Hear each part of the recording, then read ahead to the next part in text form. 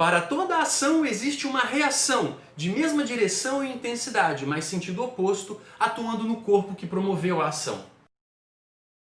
Esse é o axioma newtoniano talvez mais conhecido e o mais mal interpretado, talvez. As pessoas costumam chamar a terceira lei de Newton como lei da ação e reação, e só. Isso não é a terceira lei de Newton. Dizer que é só ação e reação simplesmente tem uma ideia de causa e efeito, sabe? Se você fez alguma coisa, é porque outra vai acontecer. Na verdade, a terceira lei de Newton é muito mais do que isso. Ela não diz simplesmente que uma reação vai acontecer. Ela diz como, e exatamente como a reação vai acontecer. E é só com a compreensão total dessa terceira lei que a grandeza força passa a fazer sentido. Força é a interação entre objetos capaz de promover movimento. Certo. A primeira e a segunda lei nos mostraram como um objeto se comporta sem não houver interação sobre ele e como ele se comporta a partir de uma interação sobre ele. A terceira lei de Newton vem nos dizer como exatamente essa interação acontece. Imagine um objeto e sobre ele uma força. Essa força só existe porque existe um outro objeto interagindo de alguma forma com esse objeto que eu estou analisando, promovendo essa força. Então, se a força sobre aquele corpo eu chamo de força de ação, existe uma força de reação com a mesma direção e intensidade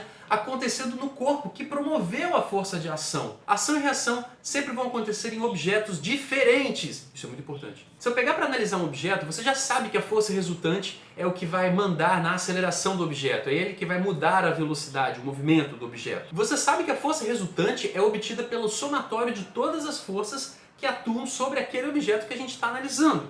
Se existe força 1, 2, 3, até força N atuando no objeto, é porque necessariamente existe um objeto 1, objeto 2, objeto 3, até um objeto N interagindo com esse objeto que a gente está analisando. Ou seja, cada um desses objetos também sofre uma força de reação produzida pelo objeto que a gente está analisando. A força de ação não pode existir sem haver essa reação.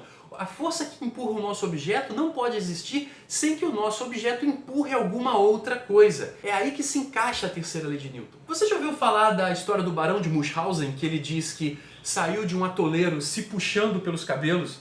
Tem uma imagem aqui ilustrando isso. Se você não ouviu, tudo bem, porque a história é uma mentira. Ou não, porque as histórias do Barão de Munchausen são bem legais, eu aconselho. Procure saber sobre o Barão de Munchausen, é bastante divertido. Se a mão dele faz força no seu cabelo puxando para cima, necessariamente o seu cabelo faz força na sua mão puxando para baixo. Força com o mesmo módulo, mesma direção e sentidos opostos, de forma que o somatório vetorial sobre o Barão de Munchausen, envolvendo só essas duas forças, é igual a zero. Note que para fazer essa análise eu dividi o Barão de Munchausen em mão e cabelo, mas no final das contas, tanto mão e cabelo fazem parte de um mesmo objeto. Isso é que a gente chama de forças internas a um objeto.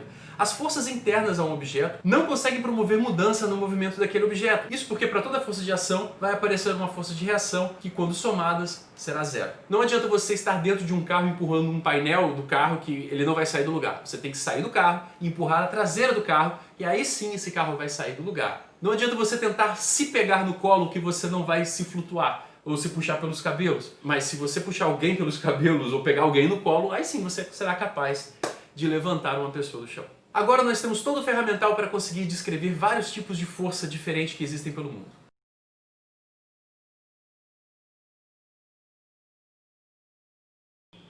Tem um pássaro piando agora, que não me deixa gravar. É um pássaro, é uma sirene, é uma obra. É pau, é pedra, é o fim do caminho.